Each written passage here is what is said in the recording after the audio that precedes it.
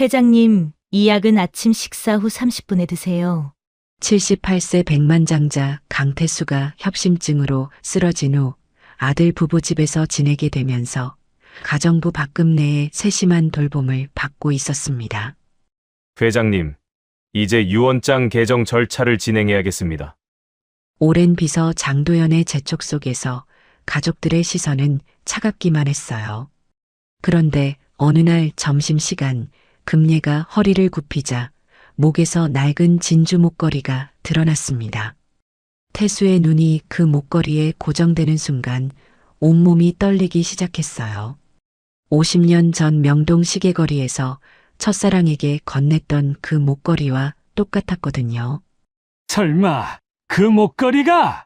하지만 어떻게 금례가 가지고 있는 걸까요?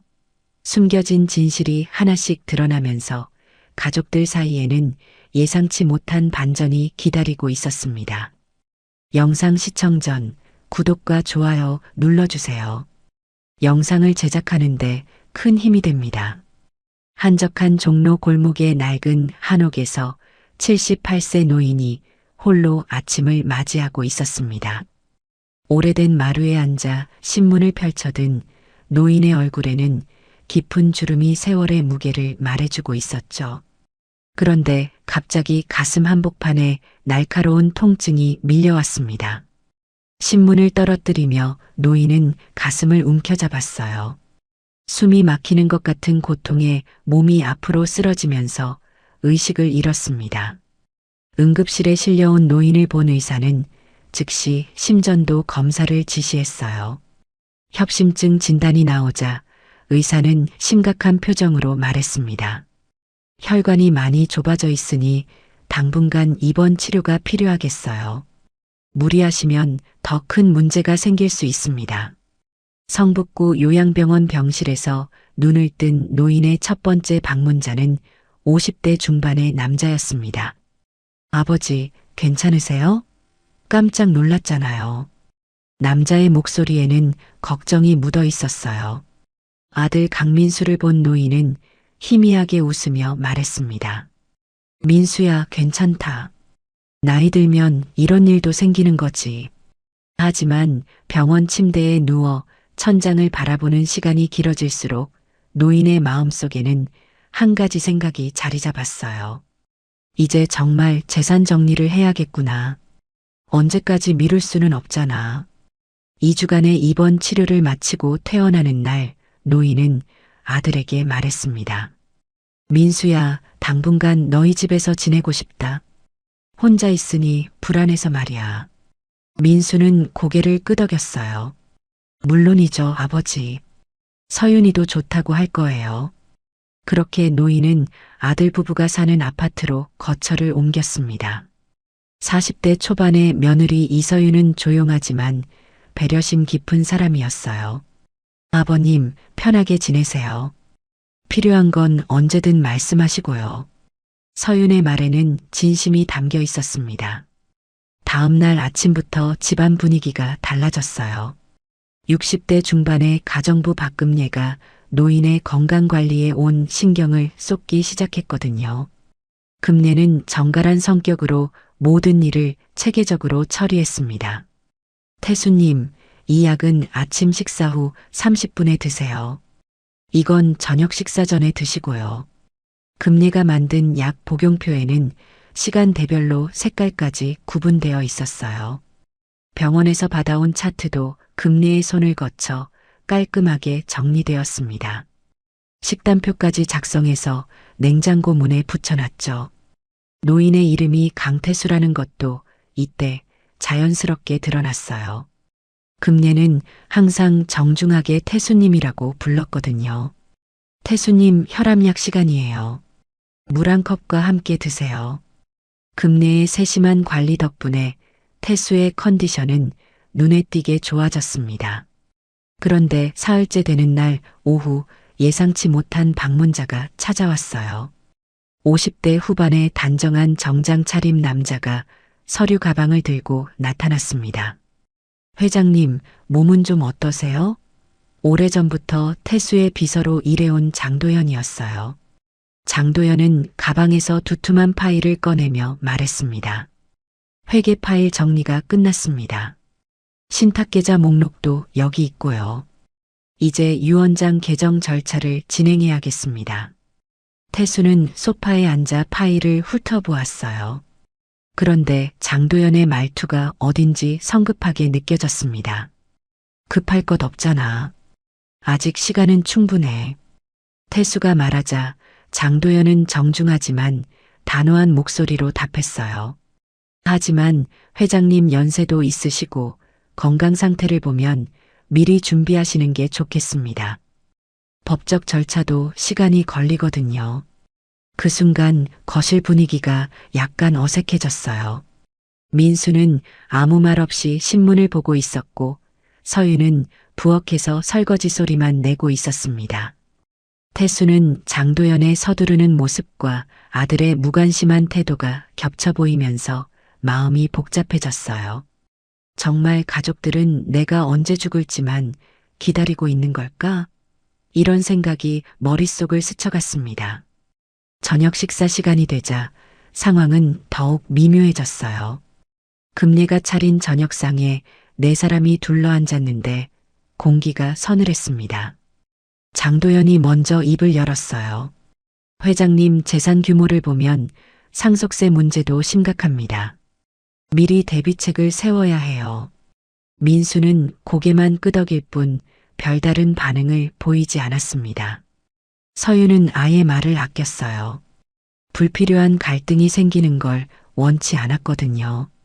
태수는 숟가락을 놓으며 말했습니다. 재산 이야기는 나중에 하자.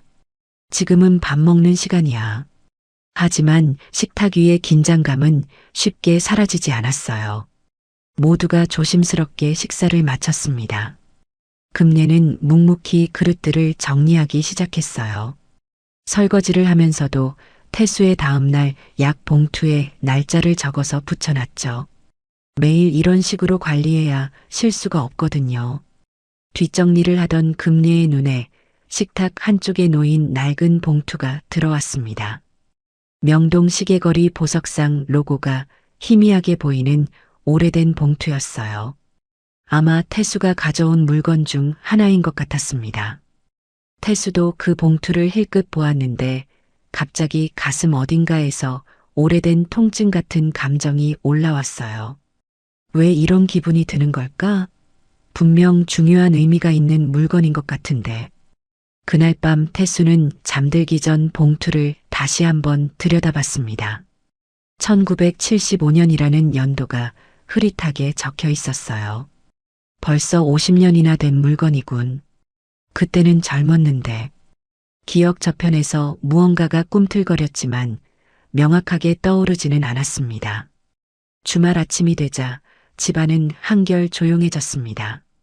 민수와 서윤이 각자 외출 계획이 있어 일찍 나간 사이 태수는 거실 소파에서 차분히 신문을 읽고 있었어요. 금례는 부엌에서 아침 준비를 하고 있었고요. 그런데 9시가 조금 넘은 시간에 장도연이 다시 찾아왔습니다. 회장님, 안녕하세요. 오늘은 중요한 서류를 가져왔습니다. 장도연의 손에는 두꺼운 파일이 들려 있었어요. 태수는 고개를 들며 물었습니다. 무슨 서류인가? 장도연은 소파 옆 탁자의 파일을 펼치며 말했습니다. 상속세 절약 방안과 요양비 계획표입니다. 지금이 유 원장 제작성의 적기라고 봅니다. 태수는 서류를 훑어보며 미간을 찌푸렸어요. 왜 이렇게 서두르나?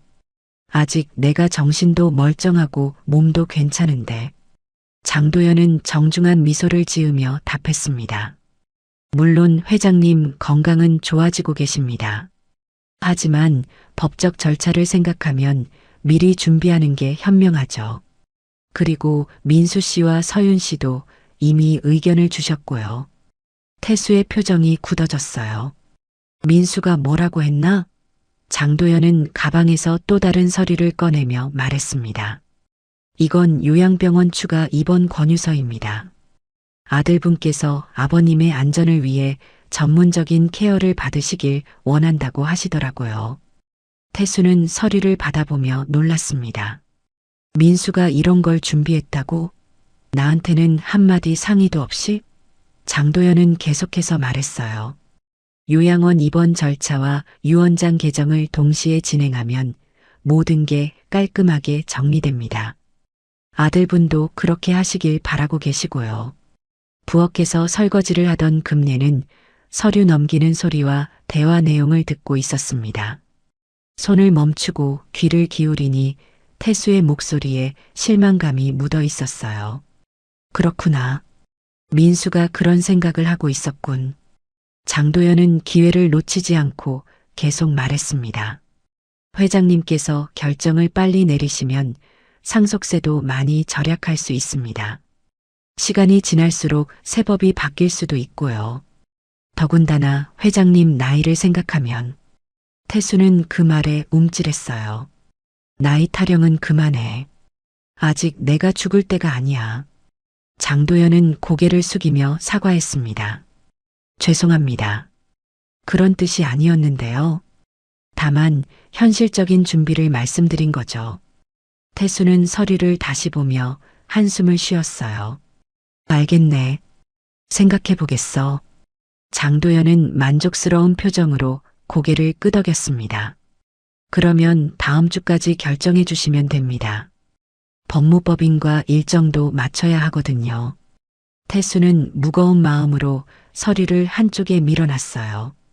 이제 정말 가족들이 내가 짐이라고 생각하는구나. 그런 생각이 들자 가슴이 답답해졌습니다. 점심시간이 되자 금례가 식탁에 미역국과 반찬을 정성스럽게 차렸어요. 태수님, 식사 준비되었습니다. 태수는 자리에 앉으며 말했습니다. 고맙네, 금례씨. 항상 이렇게 챙겨줘서. 금례는 국그릇을 올리기 위해 허리를 굽혔는데 그 순간 목에서 낡은 진주 목걸이가 살짝 드러났습니다. 태수의 시선이 그 목걸이에 고정되었어요. 눈이 점점 확대되면서 손이 미세하게 떨리기 시작했습니다. 식탁 모서리에 놓여있던 명동 보석상 봉투의 로고와 금례의 목걸이가 묘하게 겹쳐 보였거든요. 장도연은 태수의 갑작스러운 변화를 놓치지 않았습니다. 회장님, 괜찮으세요? 무언가 놀라신 것 같은데요. 태수는 목걸이에서 시선을 떼지 못한 채 말했어요. 아, 아니야. 괜찮어. 하지만 목소리는 떨리고 있었습니다. 장도연은 슬쩍 금례의 목걸이와 탁자 위 봉투를 훑어본 뒤 조용히 가방을 닫았어요. 뭔가 중요한 단서를 발견한 듯한 표정이었습니다. 금례는 태수의 이상한 반응을 눈치채고 물었습니다. 태수님, 어디 불편하세요? 약 드실 시간이 지났는데요. 태수는 고개를 저으며 답했어요. 괜찮어. 그냥 갑자기 어지러워서. 하지만 마음속으로는 온통 그 목걸이 생각뿐이었습니다. 분명히 어디서 본 것 같은데. 언제였을까? 그 목걸이의 모양, 진주의 크기, 심지어 목걸이 거리의 형태까지 낯익었어요. 장도연은 식사를 거르며 일어섰습니다. 회장님, 저는 이만 가보겠습니다. 다음 주에 답변 기다리겠어요. 그리고 오늘 일은 아들분께 말씀드리지 않겠습니다. 태수가 놀라며 물었어요. 무슨 소리야? 장도연은 의미심장한 미소를 지었습니다. 목걸이 보신 건 말이에요. 뭔가 특별한 의미가 있으신 것 같던데요. 태수는 당황했어요. 너는 어떻게 해? 장도연이 답했습니다. 오랫동안 모셔온 사이잖아요. 회장님 표정만 봐도 알 수 있어요. 장도연이 나간 뒤 태수는 혼자 식사를 마쳤어요. 금례는 뒷정리를 하면서 태수의 침묵이 길어지는 걸 느꼈습니다. 태수님, 정말 괜찮으세요? 의사 선생님께 연락드릴까요? 태수는 고개를 저었어요. 괜찮어. 그런데 금례 씨. 네, 태수님. 그 목걸이 어디서 구하신 거예요? 금례는 손으로 목을 만지며 당황했습니다. 아, 이거 말씀이세요? 이건 옛날에 받은 거라. 별거 아닌 건데요. 태수는 더 묻고 싶었지만 참았어요. 너무 성급하게 굴면 안 되겠다는 생각이 들었거든요. 오후 2시쯤 서윤이 외출해서 돌아왔어요. 금례 씨, 오늘 컨디션은 어떠세요? 어제 좀 피곤해 보이시던데요. 서윤은 금례의 안색을 살피며 물었습니다. 금례가 답했어요. 괜찮습니다, 서윤님. 그런데 태수님이 점심 드시다가 갑자기 어지러워 하셨어요. 서윤은 걱정스러운 표정으로 태수에게 다가갔습니다. 아버님, 어디 아프세요? 병원에 가보실까요? 태수는 손을 저으며 말했어요. 아니야, 별거 아니야. 그냥 잠깐 그랬을 뿐이야. 서윤은 당직 스케줄을 확인하며 말했습니다. 그래도 내일 오전에는 집에 있을 테니 뭔가 이상하면 바로 말씀하세요. 혈압약도 빠뜨리지 마시고요. 저녁이 되자 태수는 거실 벽걸이 시계를 멍하니 바라보고 있었어요. 시계 바늘이 돌아가는 걸 보니 갑자기 명동 시계거리의 기억이 떠올랐습니다. 50년 전 그날 젊은 태수는 사랑하는 여자에게 선물을 건넸었죠. 진주 목걸이였어요. 그날의 약속, 그날의 미소, 그리고 지키지 못한 약속. 모든 게 선명하게 되살아났습니다. 재산을 둘러싼 차가운 기류 속에서 하나의 목걸이가 과거와 현재를 이어주는 다리 역할을 하고 있었어요. 태수는 가슴이 두근거리는 걸 느꼈습니다. 설마 그 목걸이가? 하지만 확신할 수는 없었어요. 50년이라는 세월 앞에서 기억은 너무나 흐릿했거든요. 그날 밤 태수는 쉽게 잠들지 못했습니다. 꿈속에서도 목걸이와 명동 시계거리가 계속 나타났어요. 다음 날 아침 태수는 평소보다 일찍 일어났습니다. 마음속 궁금증이 커져서 더 이상 참을 수 없었거든요. 금례가 아침 준비를 하는 동안 태수는 조용히 외출 준비를 했어요. 금례 씨, 나 잠깐 나갔다 올게. 금례는 놀라며 물었습니다. 어디 가세요? 아직 아침약도 안 드셨는데요. 태수가 답했어요. 급한 일이 있어서. 약은 돌아와서 먹을게. 금례는 걱정스러운 표정을 지었습니다. 혼자 가시면 안 돼요. 제가 따라갈까요? 태수는 고개를 저었어요. 괜찮어. 멀리 가는 것도 아니고. 태수는 집 앞에서 택시를 잡고 명동으로 향했습니다. 기사님, 명동 시계거리로 가주세요. 택시 안에서 태수의 마음은 복잡했어요. 정말 그 목걸이가 맞을까? 50년 전 일을 제대로 기억하고 있는 걸까? 명동에 도착한 태수는 기억을 더듬어 보석상을 찾아갔습니다. 보성보석이라는 간판이 보였어요. 50년 전과 똑같은 자리에 그대로 있었습니다. 태수는 심호흡을 하고 문을 열었어요. 어서 오세요. 60대 후반으로 보이는 점주가 인사를 했습니다. 태수가 말했어요. 혹시 오래된 거래 기록을 확인할 수 있을까요? 점주는 고개를 갸우뚱했습니다. 얼마나 오래된 거예요? 1975년 정도 되는데요. 점주의 눈이 커졌어요. 75년이요? 그건 제 아버지 때 일이네요. 잠깐만 기다려보세요. 점주는 뒤쪽 창고로 들어가더니 낡은 장부를 들고 나왔습니다. 아버지가 꼼꼼하게 기록해 두신 덕분에 다 남아있어요. 어떤 걸 찾으시는 거죠? 태수는 떨리는 목소리로 말했습니다. 진주 목걸이 관련된 거예요. 특별한 각인이 있는. 점주는 장부를 넘기기 시작했어요. 75년 4월쯤 되겠네요. 아, 여기 있네요. 진주 목걸이, 특별 각인 주문. 태수의 심장이 빨리 뛰기 시작했습니다. 수취인 이름이 뭐라고 되어 있나요? 점주가 답했어요. 윤정이라고 되어 있네요. 각인 위치는 뒷장식이고 내용은 4월 15일 약속이라고 적혀 있어요. 태수는 그 순간 다리에 힘이 빠지는 걸 느꼈어요. 정말 맞았구나. 정희의 목걸이가 맞아. 점주가 걱정스럽게 물었습니다. 괜찮으세요? 안색이 안 좋으신데요. 태수는 간신히 대답했어요. 괜찮아요. 그냥 오래된 기억이 나서. 혹시 그 영수증 사본 같은 거 있을까요? 점주는 장부 뒤쪽을 뒤져보더니 말했습니다. 아, 여기 영수증 복사본이 있네요. 아버지가 중요한 거래는 다 복사해 두셨거든요. 태수는 영수증을 받아보며 손이 떨었어요. 고맙습니다. 정말 고마워요. 점포를 나온 태수는 근처 벤치에 앉아 숨을 고르려 했습니다. 그런데 갑자기 가슴에 통증이 밀려왔어요. 협심증 증상이었습니다.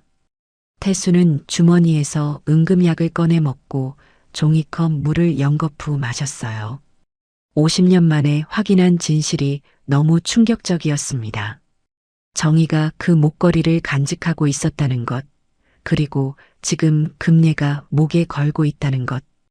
도대체 어떤 연결고리가 있는 걸까요? 집으로 돌아가는 택시 안에서 태수는 계속 생각에 잠겼어요. 금례와 정희 사이에는 어떤 관계가 있을까? 혹시 금례가 정희를 알고 있는 건 아닐까? 그 시각 집에서는 다른 일이 벌어지고 있었습니다. 금례는 태수가 나간 사이 서윤의 방을 정리하고 있었어요. 서랍을 정리하다가 오래된 일기장과 봉투를 발견했습니다. 이게 뭐지? 금례는 호기심에 일기장을 꺼내보려 했어요. 그런데 갑자기 문이 열리면서 장도연이 들어왔습니다.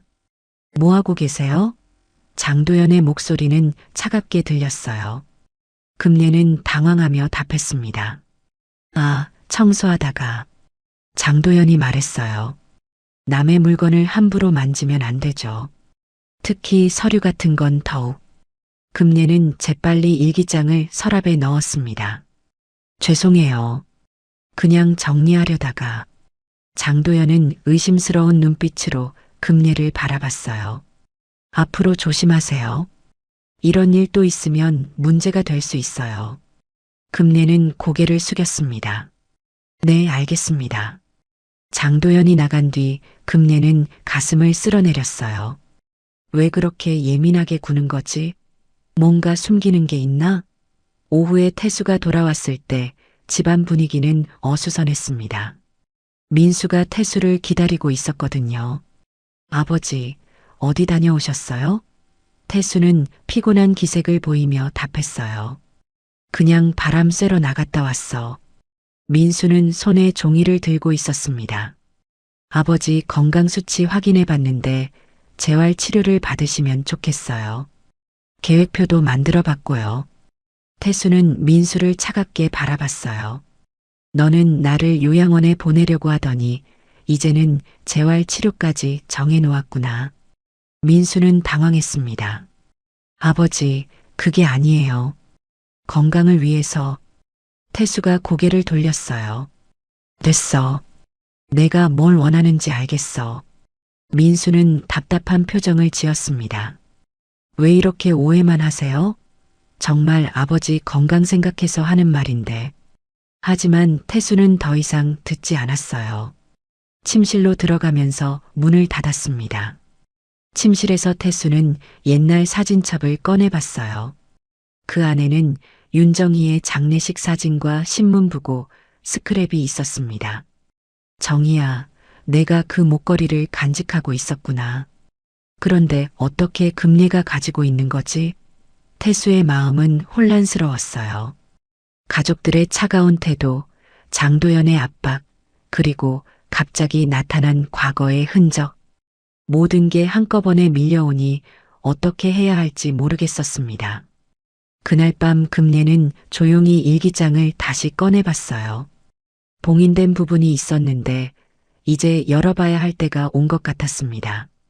그날 밤 11시가 넘어 집안이 조용해지자 금례는 부엌으로 조심스럽게 나왔습니다. 모두가 잠든 것을 확인한 뒤 부엌 등을 켜고 오래된 일기장을 꺼냈어요. 봉인된 부분이 있었는데 이제 더 이상 미룰 수 없다는 생각이 들었습니다. 손가락으로 테이프를 조심스럽게 떼어내니 안쪽에서 낡은 폴라로이드 사진 2장이 나왔어요. 첫 번째 사진을 뒤집어 보니 희미한 글씨로 명동에서의 마지막 날이라고 적혀 있었습니다. 사진 속에는 젊은 여자가 웃고 있었어요. 두 번째 사진에는 목걸이를 건네는 남자의 손만 찍혀 있었습니다. 금례는 사진을 보며 깊은 한숨을 쉬었어요. 언니, 이제 정말 말해야 할 때가 온 것 같아. 일기장 중간 페이지를 넘기니 또 다른 기록이 나타났습니다. 4월 15일 약속을 지키지 못했다는 문장 아래에 작은 영수증 조각이 테이프로 붙어 있었어요. 금례는 그 영수증 조각을 자세히 들여다봤습니다. 명동 보성보석이라는 글씨가 선명했어요. 태수가 오늘 다녀온 곳과 똑같은 보석상이었습니다. 금례는 목에 걸린 목걸이의 뒷장식을 손끝으로 만져봤어요. 4.15 약속이라는 각인이 여전히 선명했습니다. 내일은 정말 모든 걸 말씀드려야겠어. 더 이상 숨길 수 없어. 금례는 마음을 굳게 먹었어요. 그런데 모르고 있었습니다. 서재에 설치된 CCTV가 금례의 모든 움직임을 기록하고 있다는 걸요. 새벽 2시 장도연은 자신의 사무실에서 CCTV 뷰어를 확인하고 있었습니다. 금례가 일기장과 사진을 보는 모습이 선명하게 화면에 나타났어요. 역시 뭔가 숨기고 있었군. 장도연은 냉소적인 미소를 지었습니다. 책상 서랍에서 유언장 초안을 꺼내더니 휴대폰으로 전화를 걸었어요.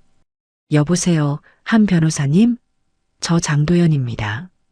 급한 일이 생겨서 연락드려요.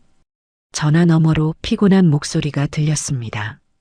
이 시간에 무슨 일이세요? 장도연이 답했어요. 유언장 관련해서 변수가 생겼어요. 내일 아침 일찍 만나서 상의해야겠어요. 한지우 변호사는 한숨을 쉬었습니다. 알겠어요. 그런데 왜 이렇게 급하게 서두르시는 거예요? 장도연의 목소리가 차가워졌어요. 회장님 주변에 이상한 사람들이 나타나고 있거든요. 미리 대비해야 해요. 그렇지 않으면 상속 계획이 다 틀어질 수 있어요. 전화를 끊은 장도연은 다시 CCTV 화면을 보며 생각에 잠겼습니다. 그 가정부가 뭘 알고 있는 건지 확인해야겠어. 다음 날 아침 8시, 금례는 평소보다 일찍 아침 준비를 시작했어요. 태수가 거실 소파에 앉아 신문을 보는 동안 금례는 계속 목걸이를 만지작거렸습니다. 오늘 말씀드려야지. 더 이상 숨길 수 없어. 태수는 신문에서 눈을 떼고 금례를 바라봤어요. 그 순간 금례의 목에서 목걸이 뒷장식이 살짝 보였습니다. 4.15라는 숫자가 선명하게 들어왔어요. 태수는 자리에서 일어나려다가 다시 주저앉았습니다. 숨이 멎는 것 같은 충격이었거든요. 정말 그 목걸이가 맞구나. 정의의 목걸이가. 금례는 태수의 반응을 보고 더 이상 미룰 수 없다고 판단했어요. 조심스럽게 일기장과 사진, 영수증 조각을 가져와서 태수 앞 탁자에 놓았습니다. 그리고 눈을 감으며 깊은 숨을 쉬었어요. 태수님, 제가 말씀드릴 게 있어요. 태수는 떨리는 손으로 사진을 집어들었습니다. 이건 뭐지? 금례가 작은 목소리로 말했어요. 제 언니 사진이에요. 윤정이라고 하는. 태수의 눈이 커졌어요. 뭐라고? 윤정이가 당신 언니라고? 금례는 고개를 끄덕였습니다. 네, 그래요. 그리고 이 목걸이는 언니가 돌아가시기 전에 저에게 주신 거예요. 언젠가 주인이 알아볼 거라고 하면서. 태수는 손등으로 목걸이를 만져봤어요. 50년 전 그 봄날 명동 보석상에서 정희에게 선물했던 그 목걸이가 맞았습니다. 4월 15일 약속, 그날 지키지 못한 약속, 명동 시계거리에서의 마지막 만남. 모든 기억이 선명하게 되살아났어요. 금례는 계속 말했습니다. 언니는 태수님을 끝까지 기다렸어요. 매년 4월 15일마다 이 목걸이를 목에 걸고 명동에 나가셨거든요. 태수의 눈에서 눈물이 흘렀어요. 정희가 나를 기다렸다고? 나는 그때 부모님 반대 때문에 약속 장소에 나가지 못했는데. 금례가 답했습니다. 언니도 알고 계셨어요. 집안 사정이 어려우셨다는 것도. 그래서 원망하지 않으셨어요. 다만 이 목걸이만은 소중히 간직하셨죠. 거실 공기는 고요했지만 감정의 파도가 일고 있었습니다. 그때 현관문이 열리는 소리가 들렸어요. 장도연이 들어오고 있었습니다. 유언장 파일을 든 장도연의 발걸음이 점점 빨라졌어요. 회장님, 안녕하세요. 오늘은 정말 중요한 결정을 내리셔야 해요. 장도연은 금례와 태수 사이의 분위기가 심상치 않다는 걸 직감했습니다. 뭔가 중대한 일이 벌어지고 있었어요. 태수는 여전히 사진을 들여다보고 있었고 금례는 조용히 눈물을 닦고 있었습니다. 장도연이 물었어요. 무슨 일이세요? 왜 이렇게 심각한 분위기죠? 태수는 고개를 들어 장도연을 바라봤어요. 잠깐만, 지금은 중요한 얘기 중이야. 하지만 장도연은 물러서지 않았습니다. 회장님, 법무법인에서 기다리고 있어요. 더 이상 미룰 수 없어요. 금례는 일어서며 말했어요. 태수님, 저는 이만 들어가겠어요. 남은 이야기는 나중에 하죠. 태수가 금례의 손을 잡았습니다. 아니야, 끝까지 들어야겠어. 그동안 모르고 있었던 진실을 알아야겠어. 태수는 금례의 손을 놓지 않고 말했습니다. 정말 정희가 당신 언니라고요? 금례는 고개를 끄덕이며 답했어요. 네, 태수님. 저는 박금례가 아니라 윤금례예요. 언니와 성이 같죠. 언니보다 3살 어린 동생이었어요. 장도연은 이 대화를 듣고 있었지만 끼어들지 못했습니다. 뭔가 중대한 비밀이 폭로되고 있다는 걸 느꼈거든요. 태수가 떨리는 목소리로 물었어요.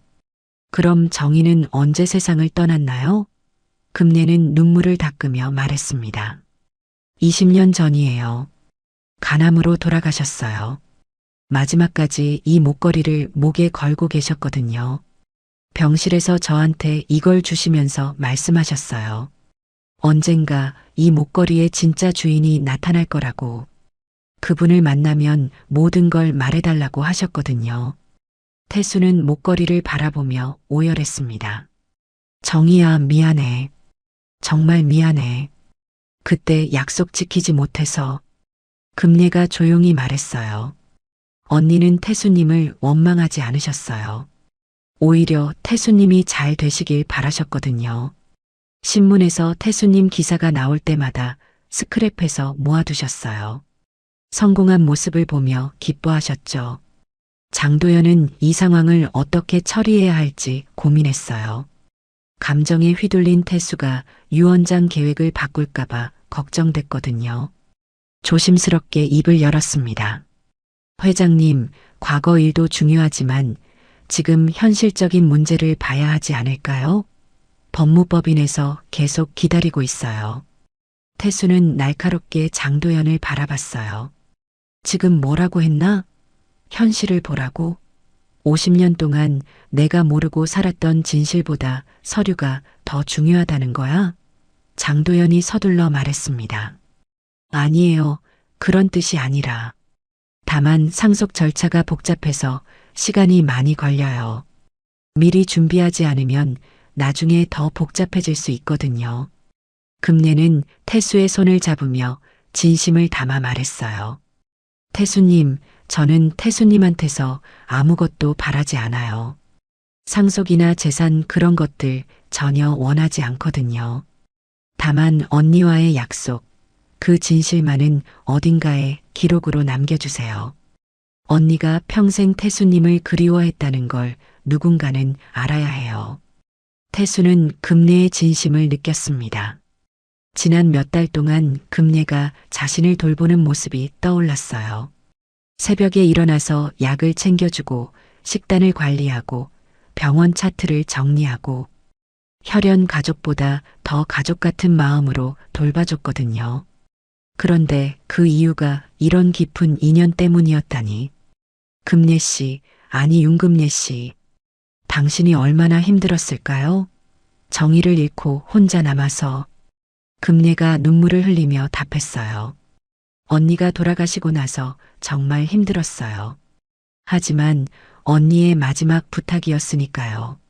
언젠가 태수님을 만나게 되면 이 목걸이를 보여드리고 모든 걸 말해달라고 하셨거든요. 그래서 서울과 부산을 오가며 가사일을 하면서 기다렸어요. 혹시나 해서요. 태수는 명동 영수증 조각을 다시 보며 물었어요. 이 영수증도 정의가 간직하고 있던 거예요?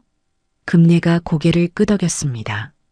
네, 언니 일기장에 붙어 있던 거예요. 4월 15일 약속이라고 써 있는 그 페이지에. 언니는 그날을 평생 잊지 않으셨어요. 매년 그날만 되면 이 목걸이를 목에 걸고 명동에 나가셨거든요. 혹시 태수님을 만날 수 있을까 해서요. 태수의 가슴이 미어졌습니다.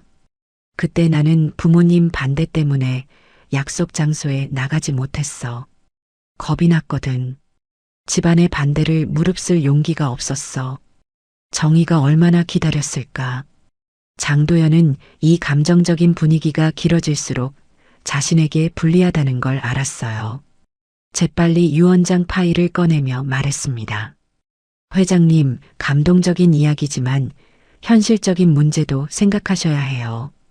아들분과 며느리분의 입장은 어떻게 하시겠어요? 이런 개인적인 감정과 법적 절차는 구분해서 생각하셔야죠. 태수가 차갑게 답했어요. 개인적인 감정이라고? 아들과 며느리 입장이라고? 민수는 나를 요양원에 보내려 하고 너는 유언장을 서둘러 바꾸려고 하지 않나? 누가 진심으로 나를 생각하는지 이제야 알겠어. 장도연이 당황하며 말했습니다. 그건 모두 회장님의 안전과 재산 보호를 위한. 태수가 손을 들어 말을 막았어요. 그만해. 재산 보호? 50년 동안 내가 모르고 지낸 진실 앞에서 재산이 뭐가 그리 중요한가? 금례는 장도연을 바라보며 말했어요. 장도연 씨, 저는 정말 아무것도 바라지 않아요. 태수님께서 건강하시고 행복하시면 그걸로 충분해요. 언니의 마음도 그거였거든요.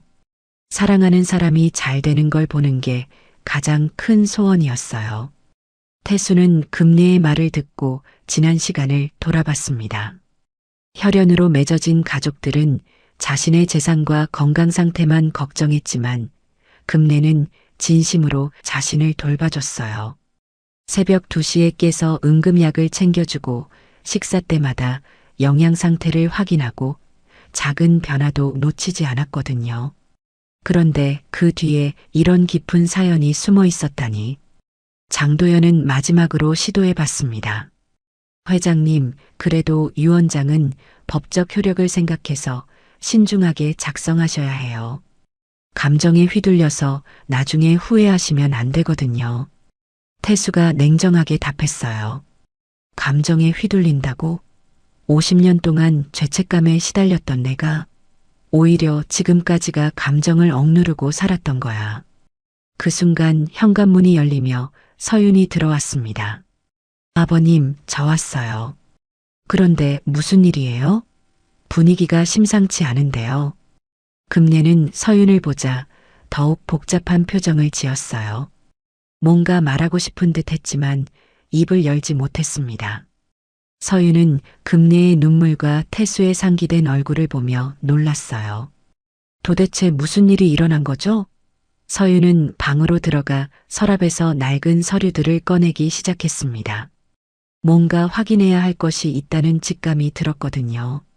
서윤은 방에서 나오며 손에 낡은 서류들을 들고 있었습니다. 출생신고서와 주민등록 초본, 그리고 이름 변경 이력이 찍힌 서류들이었어요. 아버님, 금례 씨, 저도 뭔가 이상하다고 생각했어요. 어릴 때 기억이 가물가물하고 친척들과 연락이 끊어진 이유를 몰랐거든요. 금내는 서류를 보자 눈물이 더 쏟아졌습니다. 서윤님, 서윤이 당황하며 물었어요. 왜 그렇게 우세요? 도대체 무슨 일인지 설명해 주세요. 금내가 떨리는 목소리로 말했습니다. 서윤님 본명이 윤서윤이죠? 서윤은 놀라며 고개를 끄덕였어요. 네, 맞아요. 결혼하기 전까지는 윤서윤이었어요. 그런데 어떻게 아세요? 금내는 서류를 가리키며 말했어요. 제가 키운 조카예요. 언니 윤정이의 딸. 서윤의 얼굴이 하얘졌습니다. 뭐라고요? 그럼 제 어머니가? 태수도 충격에 빠졌어요. 서윤이가 정희의 딸이라는 말인가요? 그럼 내 며느리가 첫사랑의 딸이라고? 금내가 고개를 끄덕이며 설명했습니다. 언니가 서윤님을 낳고 혼자 키우다가 암에 걸리셨어요. 그때 저한테 부탁하셨죠. 서윤이를 잘 키워달라고. 그래서 제가 서울과 부산을 오가며 가사일을 하면서 학비를 벌었어요. 서윤은 어린 시절 기억을 떠올리며 말했어요. 그럼 이모가 금내 이모였구나. 어릴 때 항상 저를 돌봐주시던 분이. 그런데 왜 지금까지 말씀 안 하셨어요? 금내가 답했어요. 서윤님이 민수님과 결혼하고 행복하게 사는 걸 보니까 굳이 과거 얘기를 할 필요가 없다고 생각했어요. 하지만 태수님을 만나고 이 목걸이를 보시니까 더 이상 숨길 수 없었어요. 장도연은 이 모든 상황이 자신의 계획을 망칠 수 있다는 걸 깨달았어요. 서둘러 유언장 파일을 꺼내며 말했습니다. 회장님, 가족사가 복잡해지는 것 같은데 법적 문제와는 분리해서 생각하셔야 해요.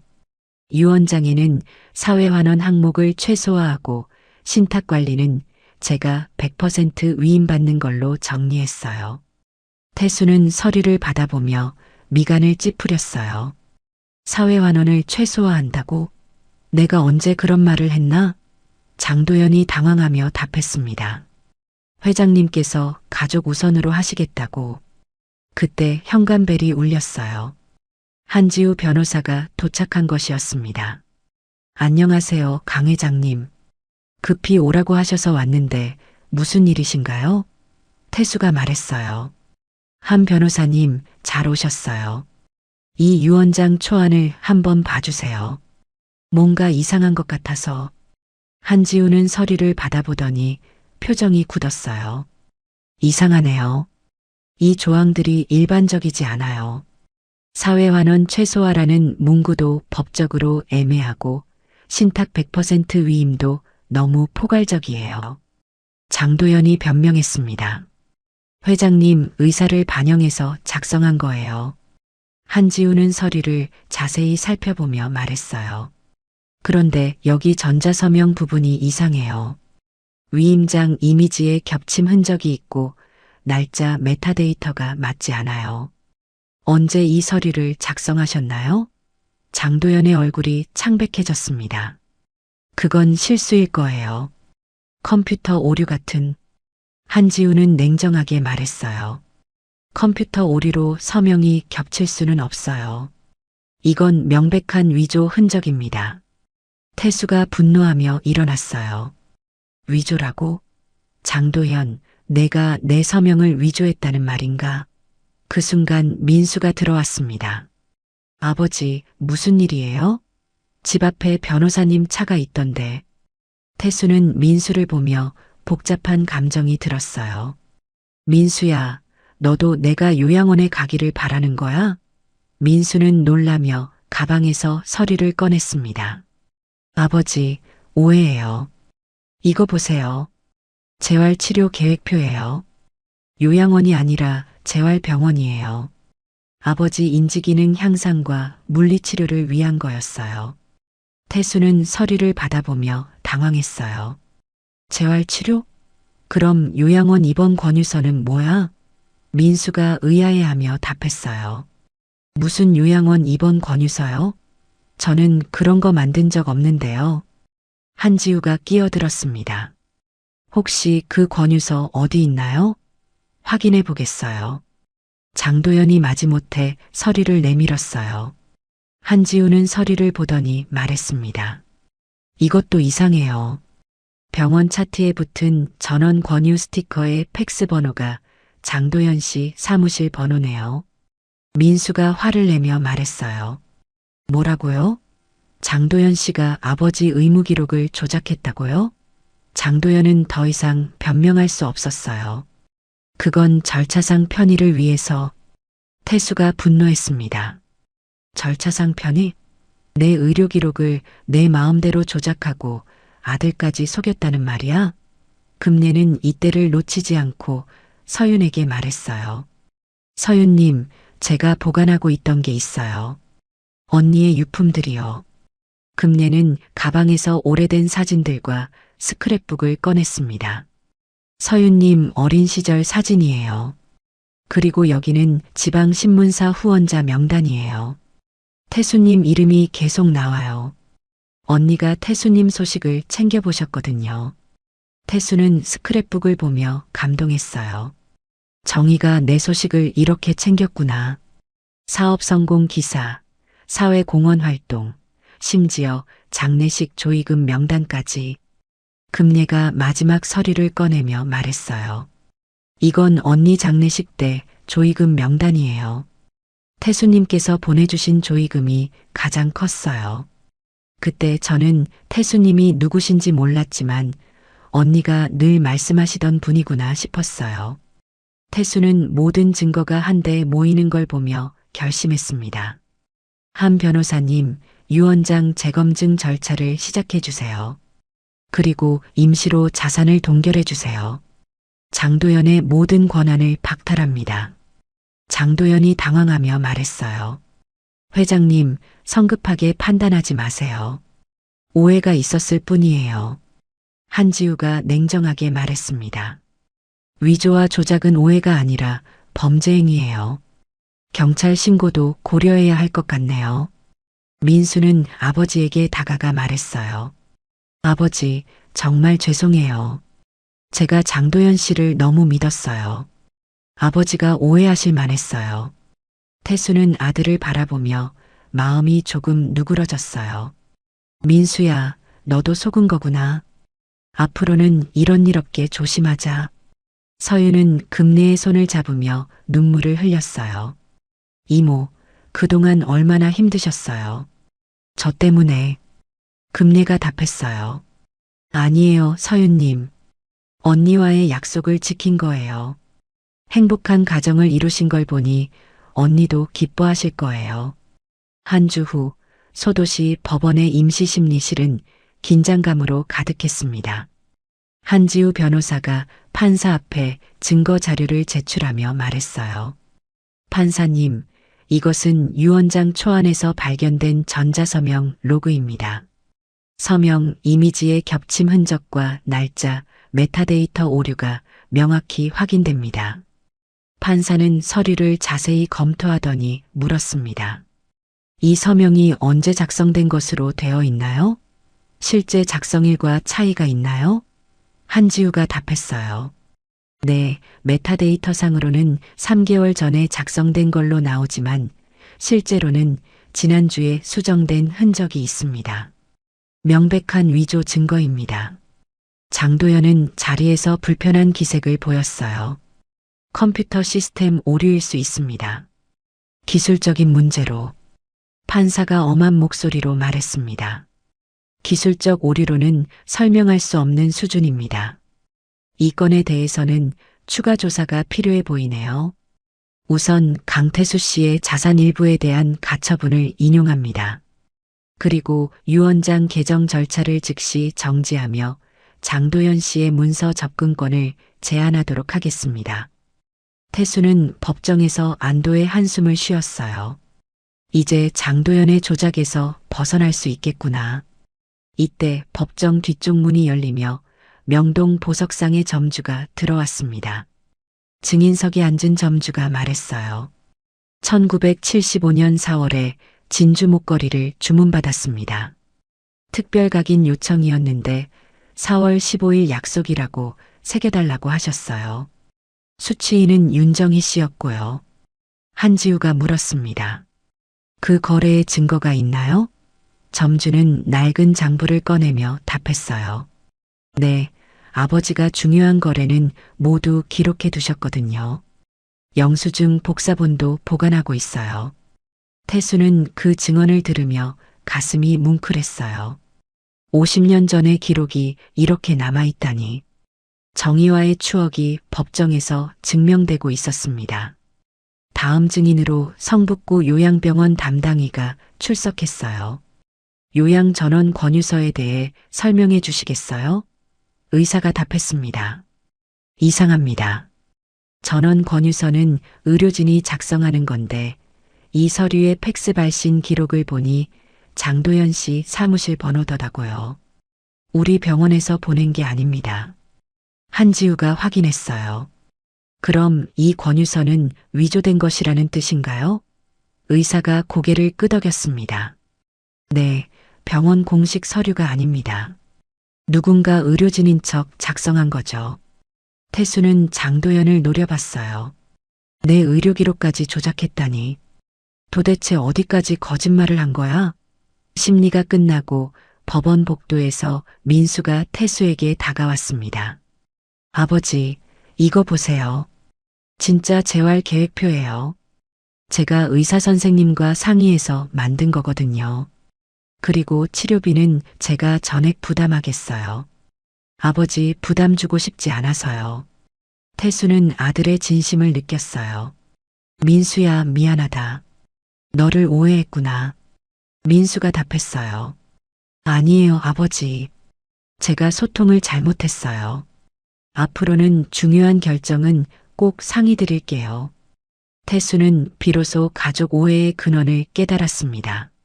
장도연이 중간에서 정보를 조작하고 가족들 사이를 이간질했던 거였어요. 오랫동안 신뢰했던 비서가 자신을 배신했다는 사실이 충격적이었습니다. 장도연 씨, 당신과의 모든 업무 관계를 공식적으로 해지합니다. 법적 절차도 따르겠어요. 장도연은 마지막으로 변명해봤지만 소용없었어요.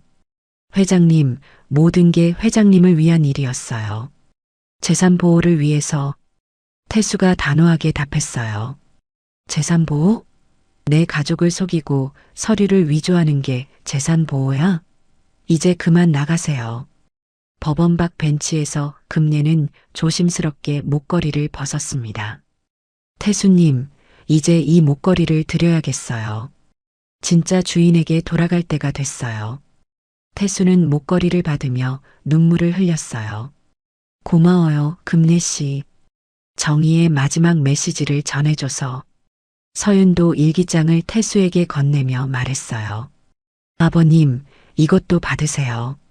어머니의 기록이니까 아버님이 간직하시는 게 맞을 것 같아요. 그리고 이 모든 걸 기록으로 남겨주세요. 태수는 한지우와 함께 새로운 유언장 방향을 잡기 시작했어요. 한 변호사님, 새로운 유언장을 작성하겠습니다. 먼저 금례 씨의 노후를 보장하는 조항을 넣어주세요. 그리고 서윤이 가정의 안정을 위한 지원도요. 한지우가 메모하며 물었어요. 사회환원 부분은 어떻게 하시겠어요? 태수가 답했습니다. 윤정희 이름으로 장학기금을 만들어주세요. 그리고 지역 병원에도 기부하겠어요. 정의가 좋아할 것 같거든요. 금례는 눈물을 흘리며 말했어요. 언니가 정말 기뻐하실 거예요. 평생의 꿈이었거든요. 어려운 학생들을 도와주는 게. 그때 한지우의 휴대폰이 울렸어요. 급한 전화를 받고 나서 말했습니다. 회장님, 큰일이에요. 장도연 씨가 회사 계좌에서 거액을 이체하려고 시도했어요. 다행히 가처분 조치로 막혔지만요. 태수가 분노했어요. 마지막까지 그런 짓을? 한지우가 답했습니다. 은행에서 연락이 왔어요. 비정상적인 이체 시도로 신고하겠다고 하더라고요. 그리고 직무정지 통보도 발송했어요. 태수는 안도하면서도 씁쓸했어요. 오랫동안 믿었던 사람이 이런 사람이었다니. 하지만 이제 진실이 밝혀졌으니 다행이야. 저녁 무렵 법원 앞 계단에서 태수는 목걸이를 바라보며 중얼거렸어요. 정희야, 이제 내 딸도 만났고 내 동생도 알게 됐어. 50년 늦었지만 우리 이야기가 끝난 게 아니구나. 금례가 옆에서 말했어요. 언니가 늘 말씀하셨어요. 사랑은 시간이 지나도 변하지 않는다고. 태수는 고개를 끄덕이며 새로운 다짐을 했습니다. 이제 진짜 가족들과 함께 남은 시간을 보내야겠어. 정희의 기억도 소중히 간직하면서. 한 달 후 종로의 낡은 한옥 거실에는 따뜻한 오후 햇살이 들어오고 있었습니다. 태수와 가족들, 그리고 한지우 변호사가 둘러앉아 새로운 유언장 초안을 함께 검토하고 있었어요. 한지우가 차근차근 읽어 내려갔습니다. 재산의 30%는 윤금례 씨의 노후 보장을 위해, 20%는 이서윤님 가정의 안정을 위해 배분됩니다. 그리고 30%는 윤정이 이름의 장학기금으로, 나머지 20%는 지역병원 기부금으로 사용하겠습니다. 태수는 만족스러운 표정으로 고개를 끄덕였어요. 정희도 이렇게 하면 기뻐할 거야. 평생 남을 도우며 살았던 사람이니까. 금례는 눈물을 닦으며 말했습니다. 태수님, 저는 정말 그렇게 많은 돈이 필요 없어요. 그냥 건강하게 지낼 수 있을 정도면 충분해요. 태수가 따뜻하게 답했어요. 금례 씨, 당신은 정희의 동생이자 내 가족이에요. 당연한 거예요. 민수가 아버지의 결정에 동의하며 말했습니다. 아버지가 옳은 선택을 하신 것 같아요. 우리에게도 충분히 남겨주셨고요. 서윤도 고개를 끄덕였어요. 어머니가 이 소식을 들으시면 정말 기뻐하실 거예요. 서명을 마친 뒤 태수는 서재로 향했습니다. 책상 서랍에서 명동 보석상 영수증과 50년 전 폴라로이드 사진들을 꺼내 정성스럽게 액자에 넣었어요. 그리고 서재 벽 가장 눈에 띄는 곳에 걸었습니다. 이제 정희와의 추억이 영원히 남겠군. 거실로 돌아온 태수는 금례에게 말했어요. 금례 씨, 이제 그 목걸이를 서윤이에게 주세요. 진짜 주인에게 돌아갈 때가 됐어요. 금례는 조심스럽게 목걸이를 벗어 서윤의 손에 쥐어주었습니다. 서윤님, 이제 이 목걸이는 당신 것이에요. 어머니가 평생 간직하셨던 거니까요. 서윤은 목걸이를 받으며 뒷장식의 각인을 확인했어요. 4월 15일 약속. 이 작은 글씨에 담긴 이야기를 이제야 알게 됐네요. 정말 아름다운 사랑이었어요. 그리고 일기장을 가져와서 표지에 인연 기록이라고 정성스럽게 적었습니다. 이 모든 이야기를 우리 아이들에게도 꼭 전해야겠어요. 민수는 아버지에게 다가와 재활병원 상담 예약서를 보여줬어요. 아버지, 내일 오전 10시에 재활의학과 상담이 있어요. 물리치료와 인지 프로그램을 받으시면 건강에 도움이 될 거예요. 그리고 가족 단톡방도 만들어서 치료 경과를 정기적으로 공유하기로 했어요. 서윤도 말했습니다. 제가 의료진이니까 아버님 건강 관리에 더 신경 쓸 수 있을 것 같아요. 태수는 아들과 며느리의 배려에 고마워하며 말했어요. 민수야, 서윤아, 이제야 내들의 진심을 알겠어. 앞으로는 서로 오해하지 말고 소통을 잘해보자. 저녁 무렵 태수는 홀로 한옥 앞마당으로 나왔습니다. 감나무 아래 놓인 평상에 앉아 하늘을 바라보며 조용히 혼잣말을 했어요. 정희야, 이제 내 동생도 만났고 내 딸도 알게 됐어. 50년 늦었지만 우리 약속을 어떻게든 지킨 것 같아. 미안했어. 그때 용기가 없어서 약속 장소에 나가지 못해서. 하지만 이제라도 내 가족들을 지킬 수 있게 돼서 정말 다행이야. 바람에 감나무 잎이 살랑거렸고 태수는 그것이 정의의 대답인 것처럼 느껴져 따뜻한 미소를 지었어요. 며칠 후 장도연에 대한 최종 소식이 들려왔습니다. 회사 내부 감사에서 여러 건의 횡령과 문서 위조가 발견되었고 법원은 사문서 행사 혐의로 정식 기소하기로 결정했어요. 한지우가 전화로 알려줬습니다. 회장님, 장도연 씨가 결국 구속 기소됐어요. 증거가 워낙 명확해서 변명의 여지가 없더라고요. 태수는 씁쓸한 마음으로 답했어요. 오랜 세월 함께 일했는데 이런 결말이라니. 하지만 잘못한 건 반드시 책임을 져야죠. 한편 지역 신문사에는 특별한 기사가 일면에 실렸습니다. 윤정의 장학기금 설립, 어려운 환경의 학생들에게 새로운 희망의 빛을 전하다. 지방소도시 법원 게시판에는 장학금 신청 공고가 붙었고 벌써 수십 명의 학생들이 문의를 해오고 있었어요. 윤정이라는 이름이 지역사회에서 희망의 상징이 되어가고 있었습니다. 태수는 목걸이의 각인을 손끝으로 조심스럽게 만지며 깊은 깨달음을 얻었어요. 혈연보다 진심이 두텁다는 걸 이번 일로 확실히 깨달았어. 진짜 가족이란 핏줄로만 이어지는 게 아니라 마음과 정성으로 이어지는 거구나. 그리고 일기장 첫 페이지를 펼쳐 직접 이 문장을 정성스럽게 적었습니다. 해가 기울어가는 저녁, 금례는 대문 앞 화분에 새 흙을 채우며 봄꽃 씨앗들을 심었어요. 내년 봄이면 예쁜 꽃들이 활짝 필 거예요. 서유는 주방벽에 가족들의 저녁상 준비표를 붙이며 새로운 일상을 준비했습니다. 이제 정말로 진짜 가족이 된 기분이에요. 그날 밤 태수의 꿈에는 젊은 시절의 아름다운 정의가 나타났어요. 50년 전 그 모습 그대로 환하게 웃으며 말했습니다. 정말 고마워, 태수야. 내 가족들을 끝까지 잘 부탁해. 꿈에서 깨어난 태수는 마음 깊은 곳에서 우러나오는 평온한 미소를 지었습니다. 이제 정말 새로운 시작이구나. 며칠 뒤 새로 문을 연 윤정의 장학기금 사무실에 첫 번째 편지가 도착했습니다. 장학금 첫 수혜자가 된 한 고등학생의 진심 어린 감사 편지였어요. 그리고 그 편지와 함께 또 다른 따뜻한 이야기의 문이 조용히 열리고 있었습니다. 오늘 이야기가 좋으셨다면 구독과 댓글, 알람 설정 잊지 마시고 소중한 댓글 하나가 정말 큰 힘이 됩니다. 시청해 주셔서 진심으로 감사드립니다.